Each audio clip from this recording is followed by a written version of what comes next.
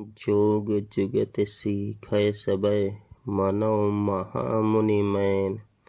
चाहत प्रिय है दैत्यता कानन सेवत नैन।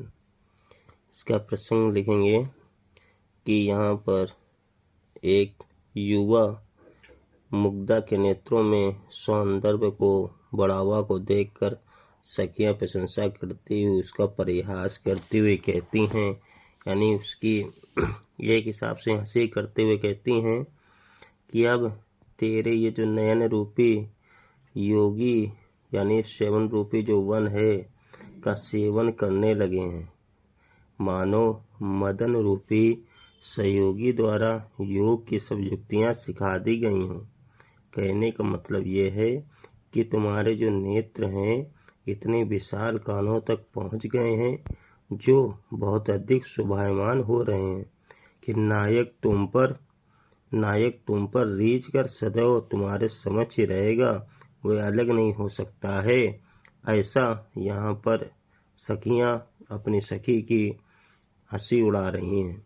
करें जोग जुगत सीखें सबे मनो महामुनि मैन। जैसे महामुनि ने योग की सारी क्रियाएं सीख ली हैं, ऐसे तुमने भी सारी क्रियाएं सीख ली हैं।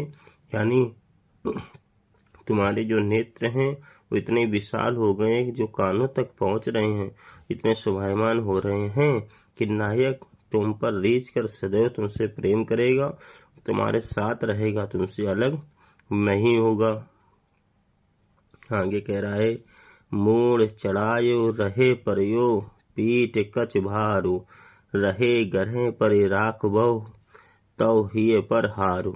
इसका प्रसंग लिखेंगे कि अयोग्य पुरुष श्रेष्ठ पद का अधिकारी नहीं हो सकता तथा गुणी को श्रेष्ठ पद मिलकर ही रहता है। अब कैसे, ये इसमें बता रहा है। कह रहा मूड़ चढ़ायो रहे परयो पीठ कच भारू। कह रहे हैं बालों का गुच्छा सिर पर चढ़ा होने पर भी पीछे पीठ पर ही पड़ा रहता है। बालों का जो गुच्छा होता है वो सिर पर चढ़ा होने पर भी पीछे पीठ पर ही पड़ा रहता है। रहे गरे पर राखबो तो हिय पर हारू।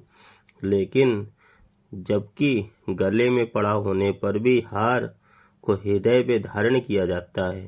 कहने का मतलब है अयोग्य व्यक्ति कितना भी प्यारा हो उसे उच्च पद प्राप्त नहीं हो सकता, और योग व्यक्ति यदि जबरदस्ती भी गले में पड़ जाए फिर भी उसे उच्च पद मिलकर ही रहता है।